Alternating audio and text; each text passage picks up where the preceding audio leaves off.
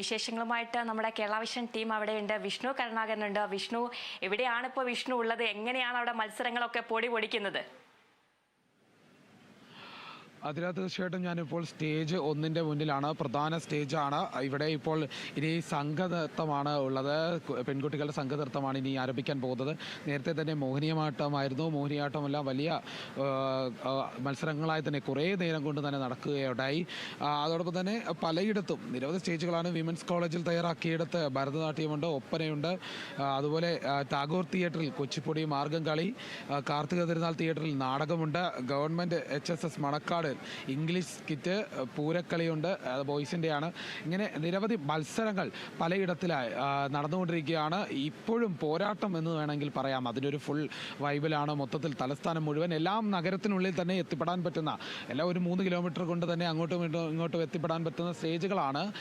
വിവിധ സ്റ്റേജുകളിലായി തന്നെ മത്സരം പുരോഗമിക്കുകയാണ്. അതോടൊപ്പം തന്നെ പോയിന്റ് പട്ടികയിൽ ഇപ്പോൾ ഓരോ ജില്ലകളും മുന്നിട്ട് നിൽക്കുകയാണ്. അപ്പോൾ ആ ജില്ലകളുടെ കണക്ക് നോക്കുകയാണെങ്കിൽ ഇത്രയും നേരം തന്നെ കണ്ണൂർ മുന്നിൽ നിൽക്കുകയായിരുന്നു. എന്നാൽ ഇപ്പോൾ ആലപ്പുഴ 1ാം സ്ഥാനത്തേക്ക് മുന്നിലെത്തിയിരിക്കുകയാണ്. ആലപ്പുഴയുടെ കുതിപ്പ് വളരെ വേഗത്തിലായിരുന്നു.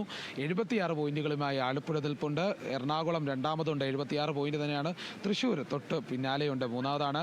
കോഴിക്കോട് 4ാം സ്ഥാനത്തും കണ്ണൂർ 5ാം സ്ഥാനത്തും ഇപ്പോൾ തുടരുകയാണ്. ഇവരെല്ലാവരും 5 സ്ഥാനം വരെയും 76 പോയിന്റുകളിലാണ്. ചെറിയ നേരിയ വ്യത്യാസം കൊണ്ട് മാത്രമാണ് ഈ പട്ടികയിൽ അങ്ങോട്ടും ഇങ്ങോട്ടും മാറിക്കൊണ്ടിരിക്കുന്നത്. വളരെ നിമിഷ നേരം കൊണ്ടാണ് ഈ ആരൊക്കെയാണ്, ഏതൊക്കെ ജില്ലകളാണ് മുന്നിലെന്നുള്ള രീതിയിൽ മാറിക്കൊണ്ടിരിക്കുന്നത്. ഏതായാലും കോട്ടയം, പാലക്കാട്, തിരുവനന്തപുരം, മലപ്പുറം, അങ്ങനെ പിന്നാലെ ജില്ലകളെല്ലാം ഉണ്ട്.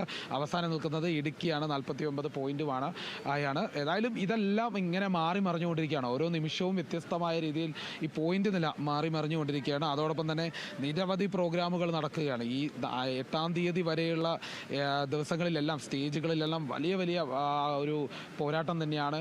അതോടൊപ്പം തന്നെ ഈ ഇപ്പോൾ നമ്മൾ റിപ്പോർട്ട് ചെയ്യുന്നത് നമ്മുടെ ഈ 1ാമത്തെ സ്റ്റേജാണ്. പ്രധാന സെൻട്രൽ സ്റ്റേഡിയത്തിലെ സ്റ്റേജിലാണ്. സെൻട്രൽ സ്റ്റേഡിയത്തിലാണ് ഏറ്റവും കൂടുതൽ ആളുകൾ ഇവിടെ പരിപാടി കാണാൻ എത്തുന്നത്. മത്സരങ്ങളെല്ലാം കണ്ടുവരികയാണ്.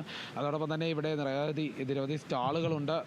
അതുപോലെ എക്സൈസ് വകുപ്പിൻ്റെയും അതോടൊപ്പം തന്നെ ശിക്ഷേമ വകുപ്പിൻ്റെയും ഒക്കെ, വനിതാ ശിക്ഷേമ വകുപ്പിൻ്റെയും ഒക്കെ സ്റ്റാളുകളുണ്ട്.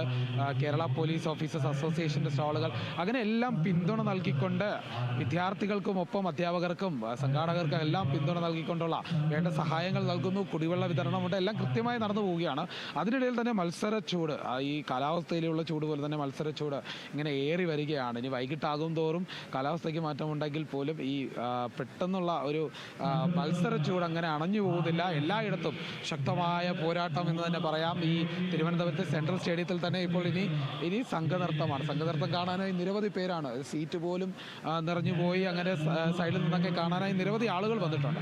അത്രത്തോളം ഒരു തിരക്കുള്ള ഒരു സമയമായി മാറി. ഇനി വൈകിട്ടോടെയാണ് ഒരു പൂരത്തിൻ്റെ ലഹരിയിലേക്ക് പൂർണ്ണമായി ഇത് പോകാൻ പോകുന്നത്. അങ്ങനെ ഒരു ഘട്ടത്തിലേക്കാണ് കാര്യങ്ങൾ നീങ്ങുന്നത്. ഏതായാലും ഫുൾ ഓണാണോ എന്ന് ചോദിച്ചാൽ ഓണാണ്, വൈബാണ്, അങ്ങനെയൊക്കെ തന്നെ പറയാൻ സാധിക്കും. അത്രത്തോളം ഒരു നല്ല ഒരു ആവേശം ഇങ്ങനെ ഉയർന്നു വരുന്നുണ്ട്. തലസ്ഥാന നഗരത്തോളം സംബന്ധിച്ച് സാധാരണഗതിയിൽ ഇത്രയും ആൾക്കൂട്ടം ഉണ്ടാകുന്നത് വളരെ അപൂർവമാണ്. പക്ഷേ ഇപ്പോൾ അത് നന്നായി കാണാൻ സാധിക്കുന്നുണ്ട്. ആൾക്കൂട്ടമുണ്ട്. വൈകിട്ടോടെ തന്നെ കൂടുതൽ ആളുകൾ കാണാനായി എത്തുന്നുണ്ട്. പുറത്തു നിന്നുള്ളവരുണ്ട്. ഈ വിദ്യാർത്ഥികളോ അധ്യാപകരോ മാതാപിതാക്കളോ ഒന്നും മാത്രമല്ല, സാധാരണ ഈ പരിപാടി കാണാൻ വേണ്ടി മാത്രം എത്തുന്നവർ നിരവധിയുണ്ട്. അങ്ങനെയൊക്കെ നിറഞ്ഞു നിൽക്കുന്ന ഒരു സംഭവം തന്നെയാണ്. അതോടൊപ്പം തന്നെ ഈ മത്സരാർത്ഥികളെല്ലാം നമ്മുടെ സ്റ്റാളുകളിലേക്ക് വന്ന് മത്സരങ്ങൾ അവർ അവതരിപ്പിച്ചതൊക്കെ വീണ്ടും കാണിക്കുന്നുണ്ട്, പുനരാവിഷ്കരിക്കുന്നുണ്ട്. അതിൻ്റെ ഒരു ഭംഗി കൂടി നമ്മൾ കണ്ടുവരികയാണ്.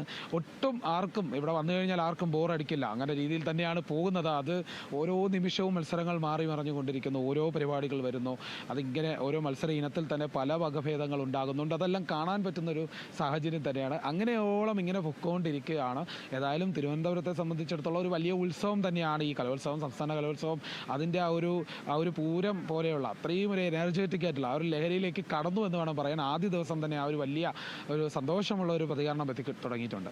അതില വിഷ്ണു, ഭക്ഷണശാലയിൽ നിന്ന് എപ്പോഴാണ് എത്തിയത്? അതുപോലെ തന്നെ വെയിലൊക്കെ മങ്ങി തുടങ്ങിയിരിക്കുന്നു. ആൾക്കാരൊക്കെ ജനപങ്കാളിത്തം തന്നെയാണ് എടുത്തു പറയേണ്ടതല്ലേ? തീർച്ചയായിട്ടും ഭക്ഷണശാലയെക്കുറിച്ച് പറയുകയാണെങ്കിലും അവിടെയും വലിയ ജനപങ്കാളിത്തമുണ്ട്. അതിൽ ഏറ്റവും എടുത്തു പറയേണ്ട ഒരു കാര്യം, ഈ 12 ബ്ലോക്കുകളായി ഓരോ കറികളുടെയും പേരിട്ടാണ് ബ്ലോക്കുകൾ വെച്ചിട്ടുള്ളത്. അതിലെല്ലാം ആളുകളെ നിറയ്ക്കും തോറും ഓരോ ബ്ലോക്കുകളിലേക്ക് പുതിയ ആളുകളെ ഇരുത്തിയാണ് ഭക്ഷണം നൽകുന്നത്. ഏറ്റവും വലിയ പ്രത്യേകത എന്ന് പറയുന്നത് ഒരു സെറ്റായി തന്നെ ഒരുമിച്ചിരിക്കുന്നത് 2500ഓളം പേരാണ്. 2640 എന്നാണ് ഏകദേശം കണക്ക് പറയുന്നത്. അത്രത്തോളം ആളുകൾക്ക് ഒരേ സമയം ഇരിക്കാം. 20,000 പേർക്ക് ഭക്ഷണം കഴിക്കാം. എത്ര ആളുകൾ നിറഞ്ഞാലും ക്യൂ നിൽക്കേണ്ടി വരുന്നില്ല, വരി നിൽക്കേണ്ടി വരുന്നില്ല. പുത്തരിക്കണ്ട മൈതാനത്താണ്.